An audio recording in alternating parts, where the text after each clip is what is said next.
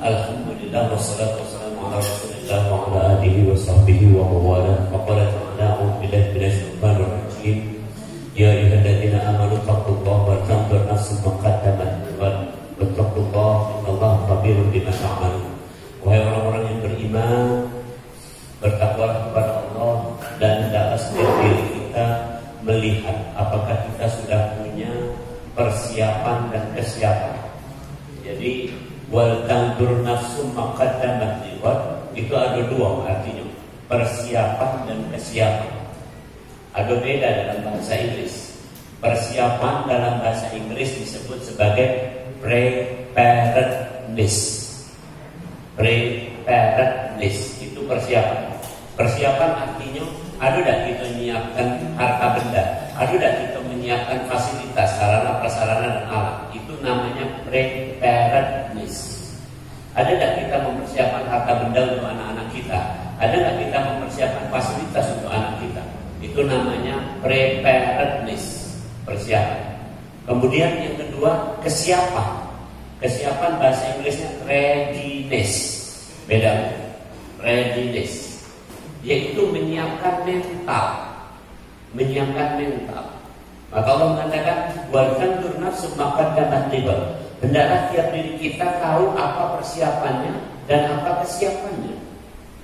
Subhanallah. Yang pertama, alhamdulillah tadi sudah ketemu ayah Anda.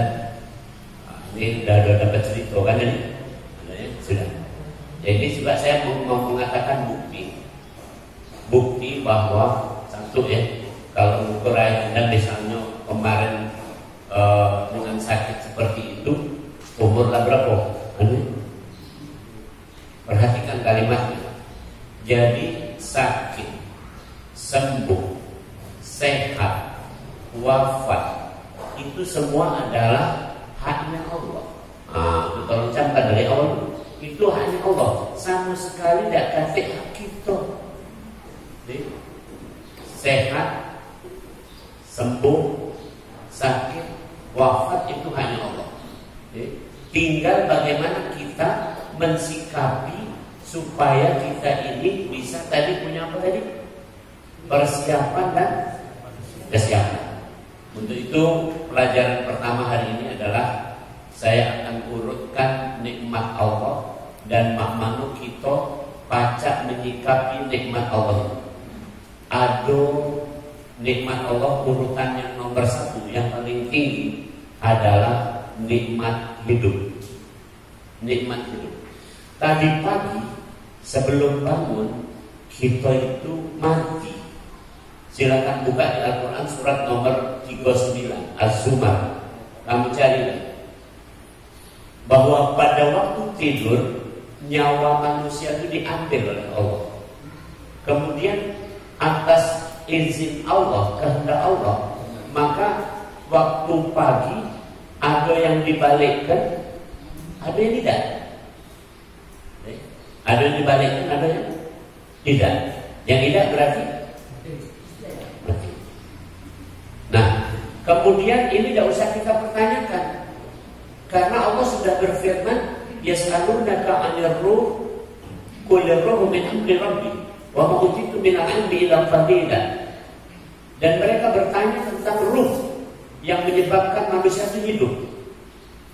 Katakanlah bahwa ruh bukan urusan kamu, tapi urusan Tuhan, urusan Allah. Kamu tidak diberi ilmu kecuali sedikit. Jadi kita tidak usah bahas ini. Tapi yang kita bahas sekarang ini, yang duduk di sini masih hidup kalau? Hidup. Nah, itu baik kita sekarang. Jadi ini nikmat hidup, nikmat yang nomor satu. Kalau sudah ada hidup, kita baca lagi. Yang kedua, urutan kedua adalah nikmat iman. Ini urutan kedua. Kalau diurutkan betul, nikmat kedua adalah iman. Semuanya kita pandang dengan iman, maka akan jadi berbeda. Saya kasih contoh, COVID-19 itu sebelum menginfeksi, dia harus nongkrong dulu. Ini bahasa mudah, ilmiah tapi saya terjemahkan dengan bahasa mudah sehari-hari. COVID-19 sebelum menginfeksi seseorang, maka dia harus nongkrong dulu. Sebelum masuk ke darah seseorang itu nongkrong dulu. Nongkrongnya di mana? di rongga hidung, namanya nasofaring sini, atau nongkrong di rongga mulut, namanya orofaring. Ada yang nanya, Prof, ada nggak nangkring di telinga? Jadi telinga itu di sana udah tembus, ada gendang telinga. Kemudian telinga itu ada minyak, namanya serumen, yang kita korek-korek itu minyak. Tapi minyak sudah dalam bentuk sudah kayak oli, sudah berani. Nah itu nggak memungkinkan untuk makhluk hidup itu masuk ke sana. Ulangi. Jadi tidak masuk lewat telinga, tapi masuk lewat rongga hidung dan rongga mulut. Nah di sini dia akan nunggu dulu. Kira-kira nunggunya 3 jam. Jadi kalau ada orang yang kena COVID, itu sudah ada yang nunggu di sini berapa jam? 3 jam. Sekarang tolong catat. Ini saya ngomong masalah iman. Saya dokter dan saya pakai iman. Kalau udah pakai iman, pasti ilmu kedokteran ikut. Itu pasti. Kalau ada kakek yang melo iman ternyata ilmu kedokteran tidak ikut, berarti dia belum punya ilmunya. Ulang. Berapa tadi? 3 jam. Oke. Kita sholat subuh tadi jam 5. Kemudian kaget sholat isya jam, anggaplah jam 8 dan 20. 5 ke 20 berapa jam? 15. Sholat sehari semalam berapa kali? 15 bagi 5? 3. Jadi kalau kita menjaga wudhu, berarti tidak mungkin ini akan menginfeksi. Paham? Iman, ulangi pelan-pelan. Maka kata Rasulullah, jagalah wudhu. Dan saya sudah sampaikan, orang yang wudhu itu adalah orang yang memasukkan air ke hidung. Dikeluarkan lagi dari hidung. Tapi jangan air hujan ya. Air hujan tidak mengandung mineral. Ada penelitiannya. Harus air yang mengandung mineral. Ada air tanah, airnya juga ada mineralnya. Maka masukkan ke hidung, maka akan tembus sampai ke orofaring. Nasofaring sampai ke orofaring sana. Maka semuanya akan bersih. Ini sudah diteliti, bukan saya yang meneliti. Orang-orang Eropa meneliti, memasukkan air ke hidung itu akan menghilangkan semua hal-hal yang jelek di sini termasuk COVID-19. Tiap berapa tadi? 3 jam. Tiap 3 jam kita sholat.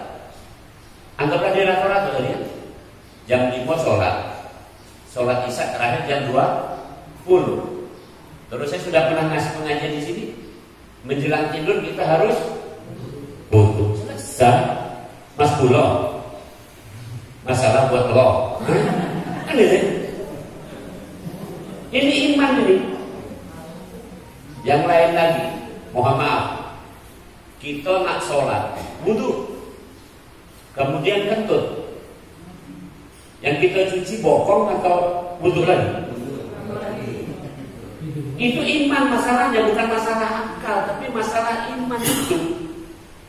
Kalau masalah akal, yang kentut bokong, berarti yang dicuci bokong. Itu kalau akal. Tapi karena iman, yang kentut bokong tetap kita wudu. Dan wudu itu lebih sempurna ketimbang hand hygiene.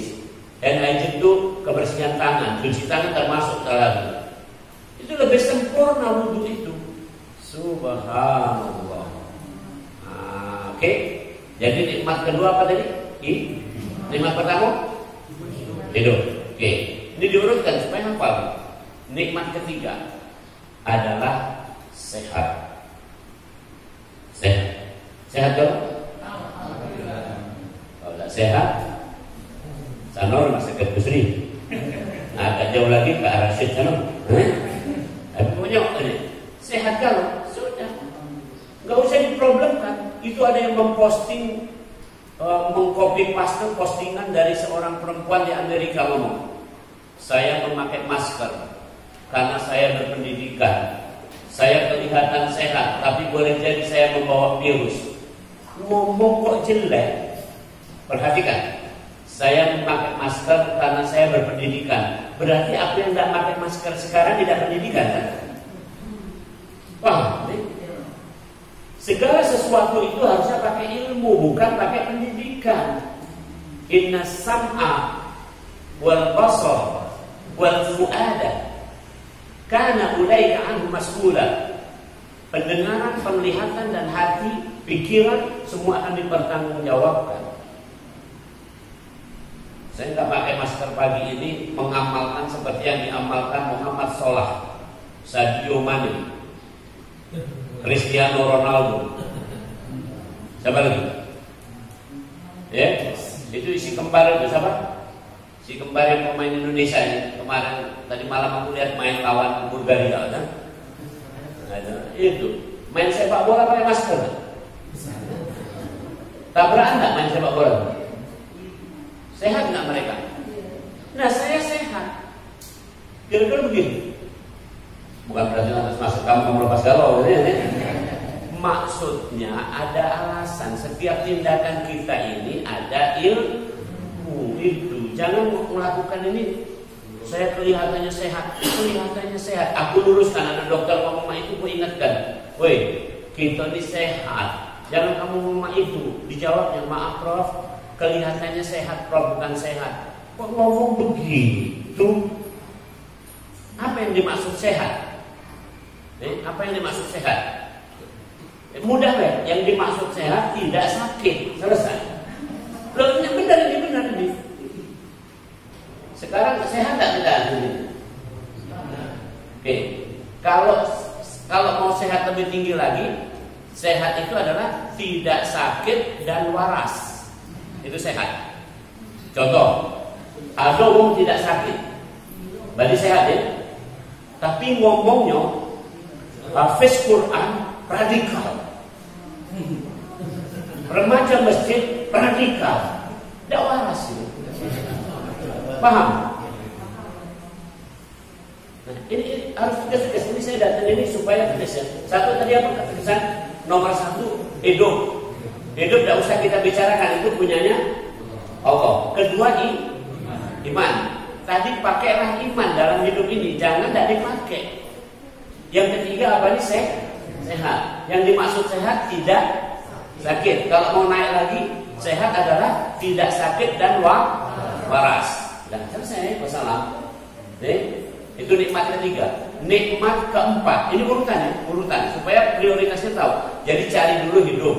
Habis cari hidup udah dapat, cari iman. Habis cari iman dapat, baru cari sehat. Habis cari sehat, baru yang keempat cari ilmu. Yang keempat ilmu. Jadi walaupun kita kurang ilmu atau kita lolo, tidak apa-apa. Yang penting kita sehat, ada iman, hidup. Ada yang nama itu. Ulangi ya. Kita tidak berilmu, tapi kita ada iman. Kita ikut baik. Prof Yono lagi zikir, subhanallah. Kamu cecak melok-melok main juga. Jadilah. Karena nggak punya ilmunya tadi, nggak apa-apa, ikut, masih lumayan. Jadi nikmat yang keempat adalah ilmu. Oh, Tuhan di sini luar biasa. Hidup yo, iman ada, balik sehat ada, ilmu ada. Ya sudah, 4 kenikmatan paling tinggi. Nah, nikmat yang kelima baru nikmat materi. Itu yang terakhir. Nikmat materi. Subhanallah. Nikmat materi. Ini kadang kita dibanding. Yang di mana dulu kan biasanya? Materi dulu. Mau pengajian sibuknya berais dulu. Sekedar nyoba lah, habis wudhu, cek sudah cantik sudah berangkat. Dia begitu. Kan dia begitu. Ya bukan masalah itu, ini masalah ibu-ibu, bapak-bapak juga lebih banyak lah yang ini. Pertimbangan ini segala macam, masya Allah. Oh. Sekarang bersepeda, kalau pakai sepeda yang jelek tak kalah, maunya sepeda berontok. Oh ya Allah, apalah. Jadi materi dulu manusia, tapi memang itulah tabiat manusia. Maka Al-Quran mengatakan dzalika mablaghuhum minal ilmi. Di surat nomor 50 ke atas itu disebutkan, kalau orang cuma di materi, maka itulah akal mereka, itulah ilmu mereka cuma sampai di situ. Itu kata Al-Quran. Kata Sayyidina Ali lebih kasar lagi, orang yang berkutat sama materi, maka kedudukannya sama dengan yang keluar dari perut. Aku dah sebut, kamu sebutkan apa? Yang metu dari pojok najis, yang metu dari bawah juga najis. Ulang ya, ini ilmu fikih. Segala sesuatu yang keluar dari sini, dari leher ke atas, itu tidak membatalkan wudu, tidak najis. Sholat keluar ingus, sholat nangis, sholat keluar iler, tidak batal. Tapi sholat keluar muntah sini batal, karena dia dari perut, paham ya? Jadi ilmu, ya, ilmu dan terakhir tadi apa? Materi. Sudah ada 5 nikmat tadi. Nah, sekarang jangan salah urut. Lantas apa sikap kita terhadap nikmat Allah? Apa sikap kita terhadap nikmat Allah? Sikap kita terhadap nikmat Allah adalah, kata Allah, fadkuruni adkurkum. 1. Senantiasa kamu ingat sama aku, kata Allah. Ingat saja. Ini nikmatnya dari Allah. Subhanallah. Bukan dari kita. Wa minka wahdaka la syarika lak. Ya Allah, segala sesuatunya darimu, tidak ada dari yang lain-lainnya. Oke. Itu 1. Yang kedua, ini dalil Al-Qur'an. Washkuruli wa la takfurun. Bersyukur. Sudah selesai, itu aja. Nah, mari kita bersyukur sekarang ini. Mana caranya bersyukur? 1. Hidup itu sama dengan kesempatan. Jadi kalau masih hidup, ambil kesempatan. Hari ini kita sudah janji, ada spanduknya pula, ada banner itu, Prof Yono, pakai baju itu kan? Bukan ya? Ada spanduknya. Hari ini ada pengajian di sini kan? Ini kesempatan namanya. Ambil kesempatan ini. Ada pekerjaan, ambil pekerjaan ini, kesempatan. Ada bisnis, ambil bisnis itu. Itu kesempatan. Itu ciri orang yang masih semangat hidup. Kalau tidak bersyukur masalah hidup, dia ditanya, Pak, mbok ya pegawai Pak, Covid Bu, alasan Bu, Covid jadi alasan. Pak, mbok ya pengajian ke masjid, bahaya Bu, Covid, nah itu terus alasannya. Pak, mbok ya silaturahim, bahaya Pak, Covid, dilarang silaturahim. Nah itu kalau lesu hidup ini, apa jadi? Kemarin ada anak SMA kelas 3, itu konsultasi sama istri saya, anak sekolah. Ditanya oleh istri saya, kamu punya sifat begini, punya pola bakat begini. Klop gak dengan yang ada pada kamu? Iya Bu. Oke.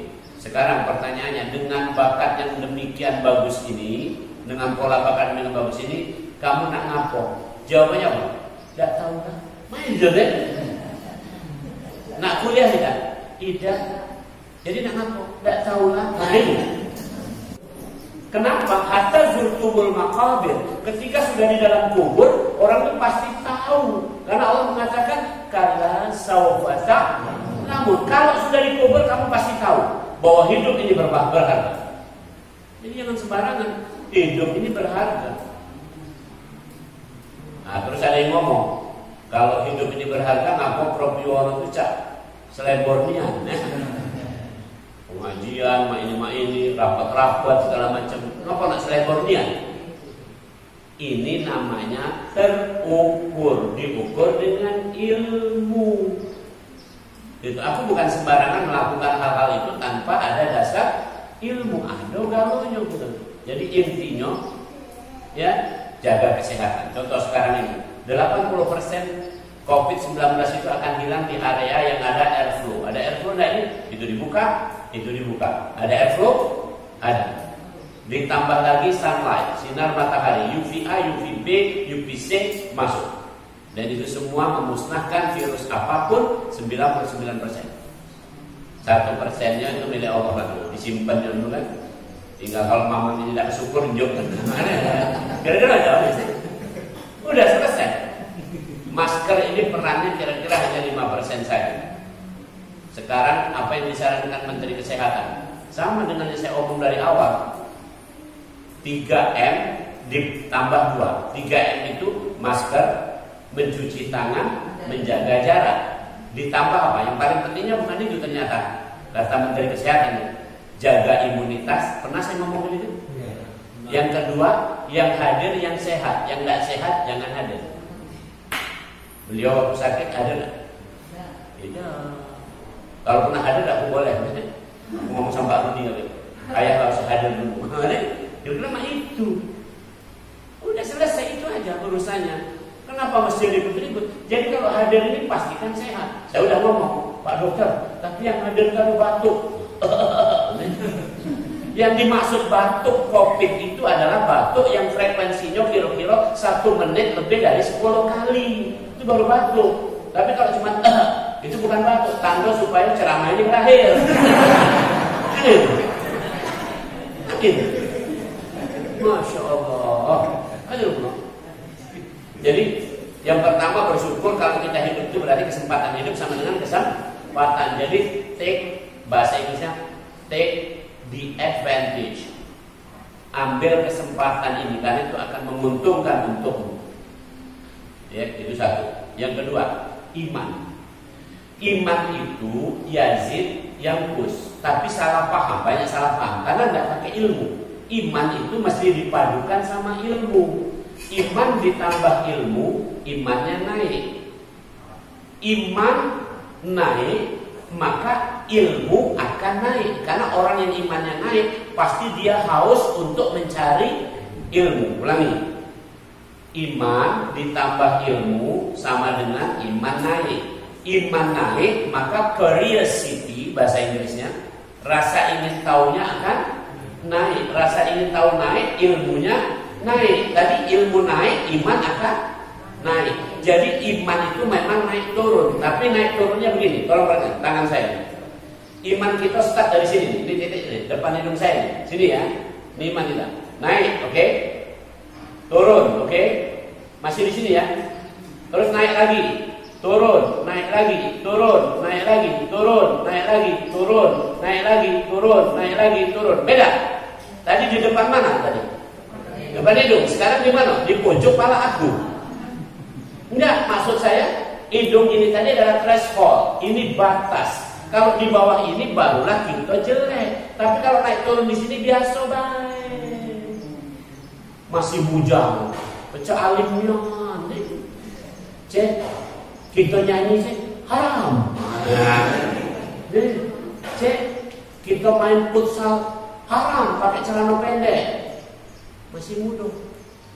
Begitu lewat Susi yang begitu cantik, deguk-deguk langsung lapor, Ustaz gimana aku turun? Biasa banget.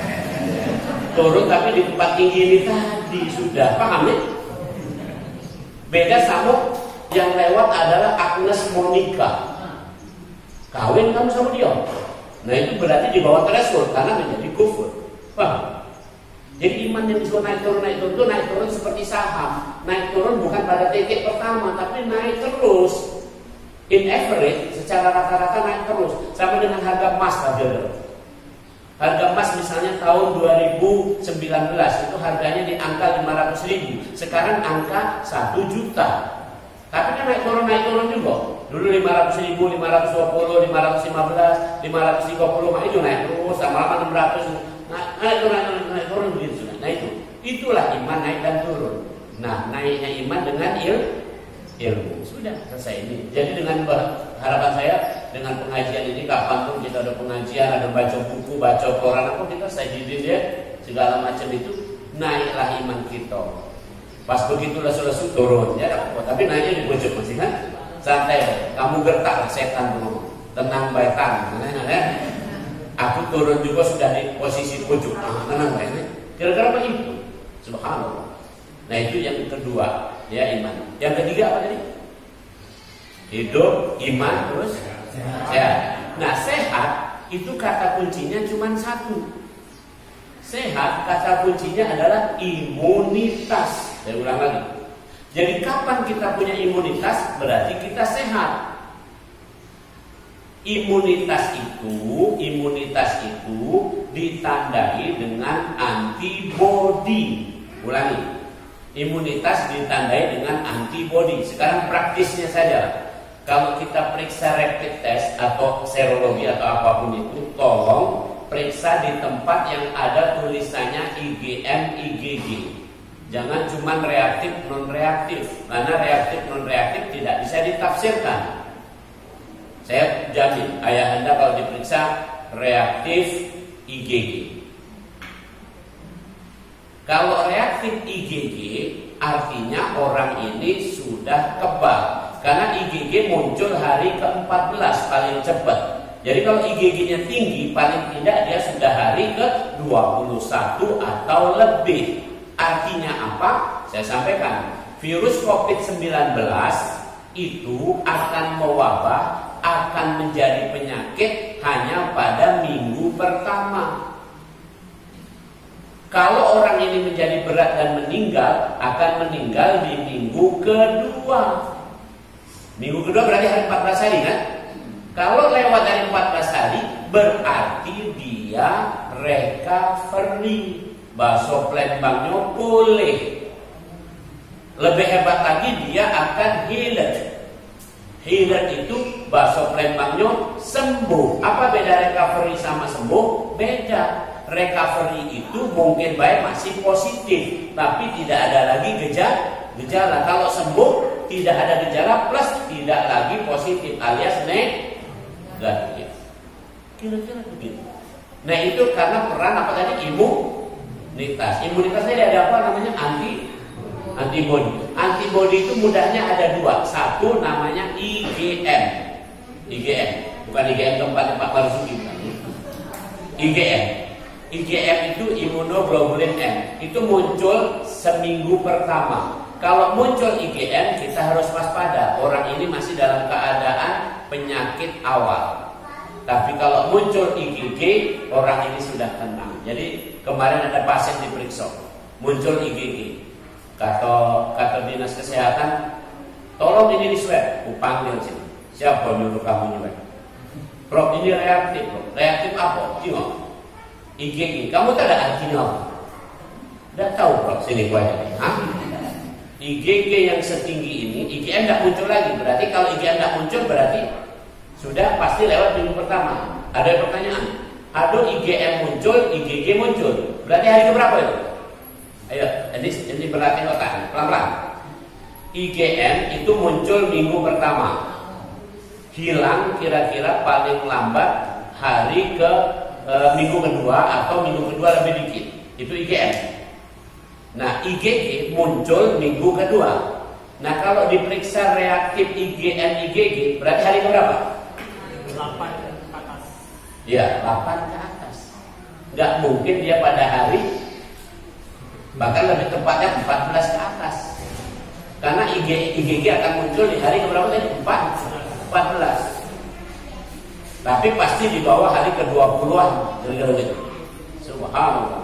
Tapi tenang, lihat seperti ini. Saya ajari begitu, jadi tidak perlu swab. Karena kalau di swab itu ngabis-ngabisi bahan.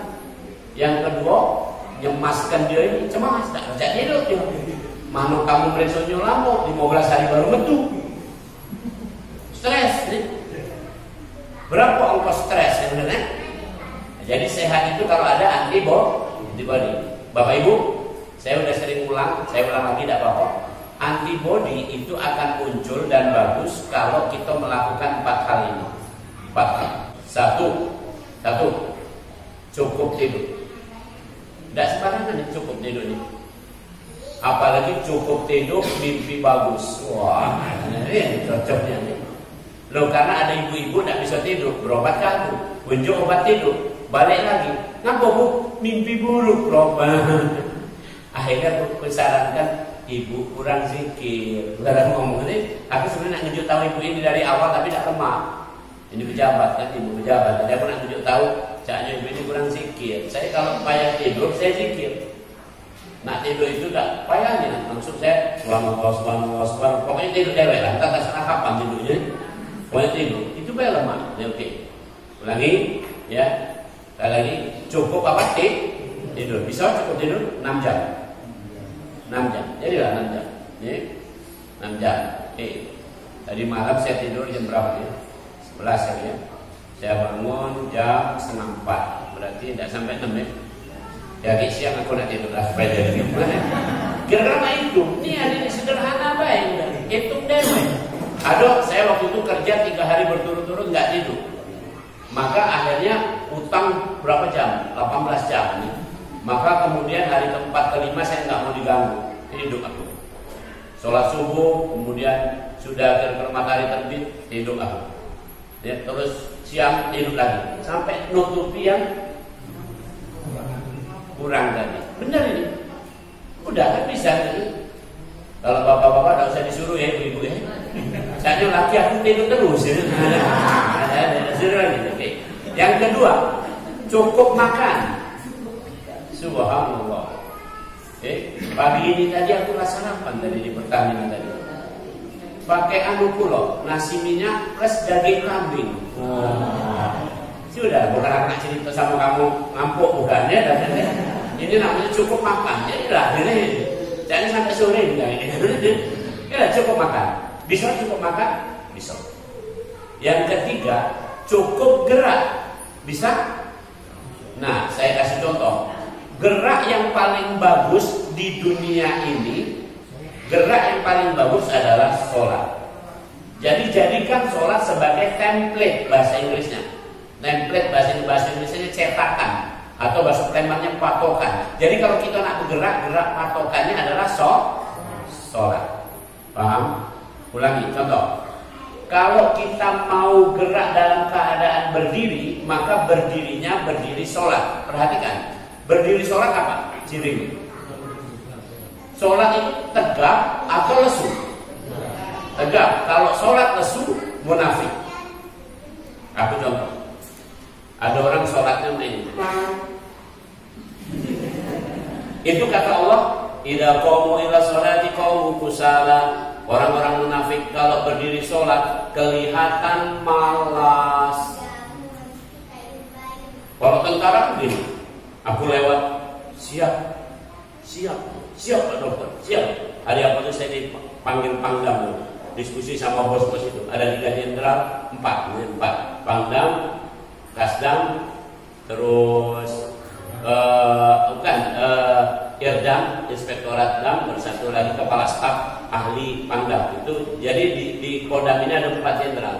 Satunya Mayeng, yaitu Pangdamnya, yang 3-nya Brigjen. 4 itu, sama yang lain-lain memang gitu. Itu aku datang, mereka siap. Karena aku dokter, cara dokter bayar, sudah kalau ini. Tapi itu cara sholat. Kemudian waktu berdiri sholat lihat mana? Tempat. Jadi gerakan yang paling bagus adalah berdiri tegap dan fokus. Jadi kalau kita mau bergerak, fokus. Itu baru gerak. Yang kedua, rukuk. Rukuk ini kan ketarik semua. Kalau kita senam yang lagunya Via Valen itu, sayang ada. Insya Allah aku lilo itu. Dia gerak itu kan enak ya gerakannya. Tapi lebih enak lagi kalau diukur dengan sholat.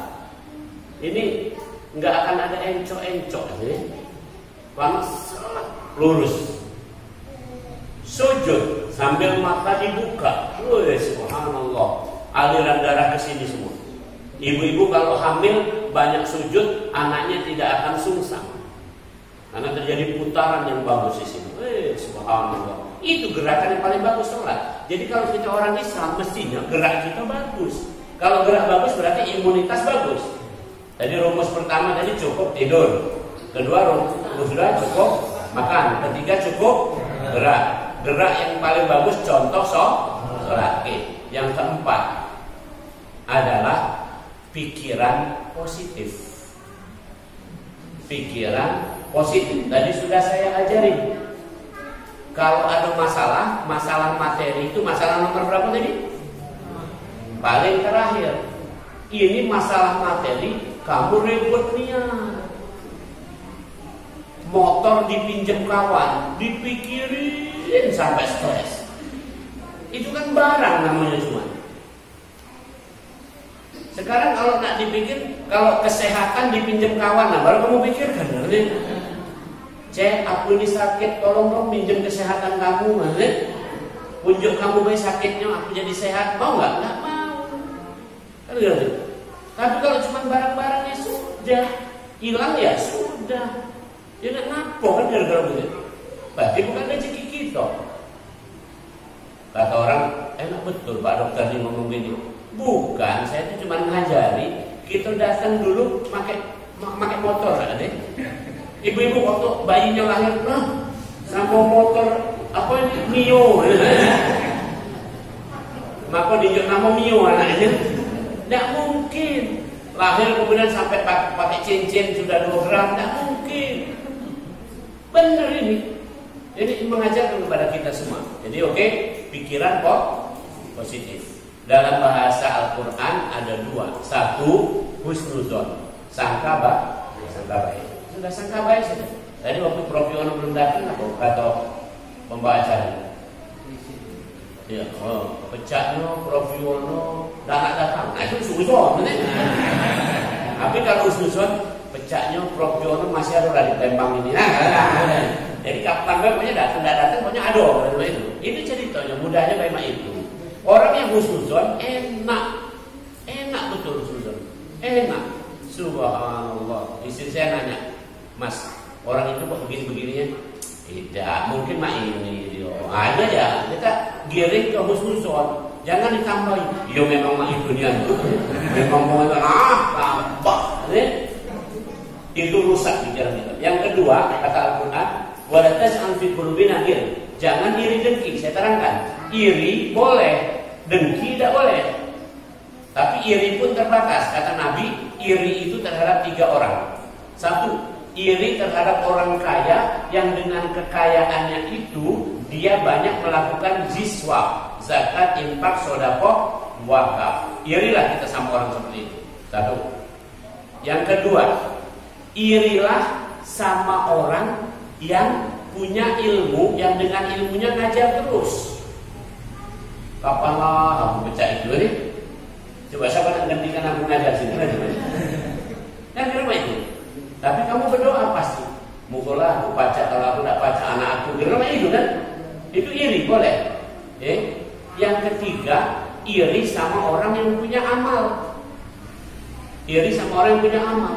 Orang ini beramal terus. Mohon maaf nih, saya bukan maksud memuji atau alhamdulillah, bukan itu. Intinya ayahanda dari awal mendirikan Al-Furqan ini sampai sekarang sudah berkembang menjadi rumah sakit Ar-Rasyid. Ada amal lain.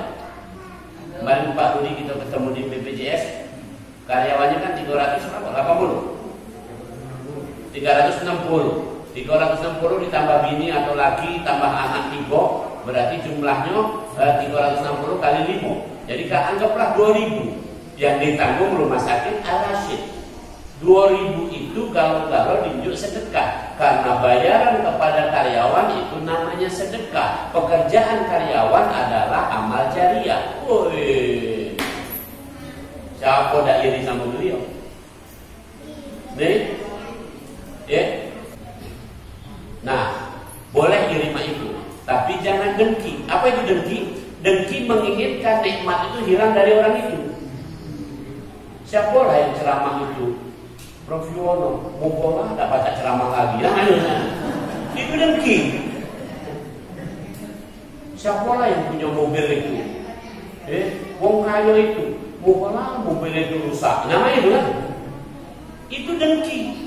Itu dengki, menginginkan hilang dari orang lain. Ibu-ibu, kalau ada anak-anak sudah mulai mau dengki, itu harus diberantas dari kecil ya.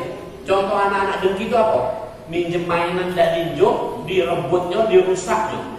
Ada main? Minjam? Tidak boleh. Mbeknya. Nah, ada kan? Sudah, tidak pacak main kalau kan? Itu dengki. Nikmat yang punya orang dia pengen itu kalau diteruskan sampai dewasa, ya itu jadi dengki. Di Indonesia ini banyak yang dengki mah itu. Salah satunya tadi aku cerita baik. Kalau Menteri Agama sampai ngomong itu yang hafiz itu radikal, sebenarnya masalahnya karena dia pengen hafiz. Tidak kesampaian, nanti kita doakan baik. Sebentar lagi jadi hafiz, kan gitu kan? Dan ini yang saya doakan untuk buku apa? Ini saya prihatin dengan pernyataan itu. Ditambah lagi Charlie Hebdo di Eropa sana, di Prancis memuat kartun Nabi Muhammad. Aneh-aneh, masalah COVID lagi rame-ramenya ditambah fitnah untuk kaum muslimin. Di mana gitu? Tahu enggak dalilnya di Al-Quran? Innal ladzina fatanul mu'minina wal mu'minat tsumma lam yatubu falahum adzabu jahannam wa lahum adzabul hariq. Di surat Al-Buruj, sesungguhnya orang-orang yang suka memfitnah orang mukmin terus-menerus tidak berhenti memfitnah, maka bagi mereka disediakan neraka jahanam. Itu tidak ada ampun lagi sudah. Itu terus-menerus. Fatanul mu'minin wal mu'minat tsumma lam yatubu. Dalam bahasa Al-Qur'an fatanu itu adalah fi'il mudhari', continue terus itu. Tidak mau lihat umat Islam ini tenang. Jadi apa salahnya pesantren? Apa salahnya pengajian? Apa salahnya alim? Apa salahnya ngapal Quran? Tidak ada salahnya. Yang salah adalah yang kemarin ditangkap di Jakarta. 3 triliun. Gedung kejaksaan terbakar 1,3 triliun dulu. Kupikir kebakaran itu kemarin perkiraan aku, perkiraan Probono, bukan orang ekonomi. Cak-cak berapa miliar? Jadi 1,3 T. Sekarang pertanyaan aku, yang pacak bakar 1,3 T itu kira-kira kekuatannya berapa? Kekuatannya pasti T juga. Pertanyaan aku, bisa nggak semut itu maling beras sekilo, maling gula sekilo? Karena kekuatan semut 1 butir menges. Kamu nggak percaya? Tunjuk gula di sini, di mana di luar yang ada semut. Itu 1 butir gula itu didorong-dorong oleh berapa semut, benar? Nah kalau 1,3 T berarti yang punya kekuatan itu adalah T juga. Nah kalau T yang udah pasti bukan orang tembak. Maksudnya bukan cek gitu-gitu main tidak masuk daftar itu. Mudah banget itu. Ada lupa. Tadi bersyukur masalah apa tadi? Sehat ya. Kemudian yang ujung lagi bersyukur masalah ilmu, teruslah tambah ilmu kita. Yang terakhir bersyukurlah masalah materi. Materi itu hitungannya yang sudah dipakai. Mulai dari sekarang tolong camkan untuk kita semua. Kalau bisa kita tidak punya tabungan yang berlebih. Tabungan hanya untuk masalah emergensi. Selainnya dibagi 3. Saya sudah ngomong di forum ini, saya ulangi lagi. Harta itu dibagi 3.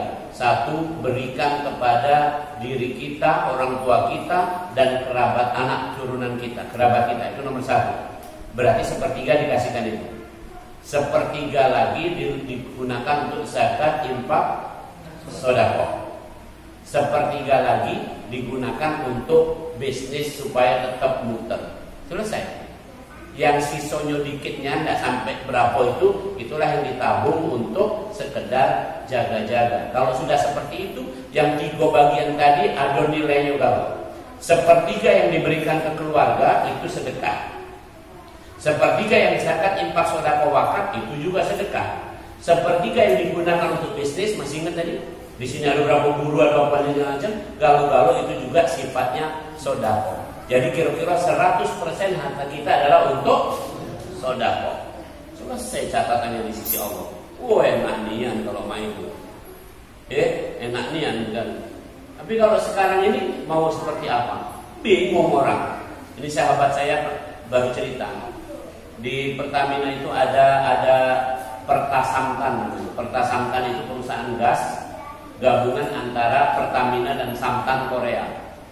Itu karyawannya ada sekitar 300. Terus sahabat saya ini ketua masjid. Sekarang diangkat jadi manajer di situ. Begitu diangkat jadi manajer, apa yang dilakukan pertama kali? Di depan orang Korea, apa yang dilakukan?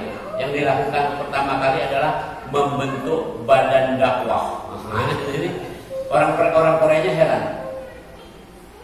Bahasa Palembang, apa juga di badan dakwah ini? Diterangkan oleh sahabat saya. Ini karyawan banyak. Supaya berkah ini jalannya perusahaan perlu ada dakwah, maka kita buat badan dakwah. Syukur-syukur kamu kaget masuk Islam. Nah, gara-gara itu baru benar. Ini dah kadang kita sudah diangkat itu malah pengajian tidak usah ada. Nanti radikal. Ini apa? Sudah cuma dapat gaji dimakan bulog. Betul bulog lewat sana selesai. Demikian mudah-mudahan bermanfaat. Bismillahirrahmanirrahim. Alhamdulillahirabbil alamin wal 'aqibatu lil muttaqin wa la 'udwana illa 'alal zalimin. Allahumma shalli 'ala sayyidina Muhammad wa 'ala ali sayyidina Muhammad. Rabbana awzi'na an nashkura ni'mataka allati an'amta 'alaina wa 'ala walidina wa na'mal salihan tarda. Wa aslih lana dzurriyyatina inna tubna ilaika wa inna minal muslimin. Ya Allah, jadikanlah kami semua hamba yang pandai bersyukur. Bersyukur atas nikmat-nikmat tadi ya Allah. Nikmat hidup, nikmat iman, nikmat sehat, nikmat ilmu, dan nikmat materi dunia ya Allah. Ya Allah, jadikanlah anak keturunan kami anak yang soleh dan solehah, yang akan meneruskan kebaikan kami. Kami senantiasa memperbaharui tobat dan pasrah hanya kepadamu. Allahumma la tada'lana dhanban illa ghafarta, wa la hamman illa farajta, wa la daynan illa qadaita, wa la maridan illa syafaita, wa la hajatan min hawaijid dunya wal akhirah illa qadaitaha ya arhamar rahimin. Ya Allah, jangan ada dosa kami berapapun banyaknya kecuali Engkau mengampuninya. Jangan ada kesusahan dalam hidup kami kecuali Engkau meringankannya. Jangan ada hutang atau amanah di pundak kami kecuali Engkau melunasinya. Jangan ada yang sakit di antara kami kecuali Engkau menyembuhkannya. Ya Allah, jangan ada kebutuhan kami, cita-cita kami, harapan kami di dunia dan di akhirat kecuali Engkau mencukupkan untuk kami. Wassalamualaikum warahmatullahi wabarakatuh.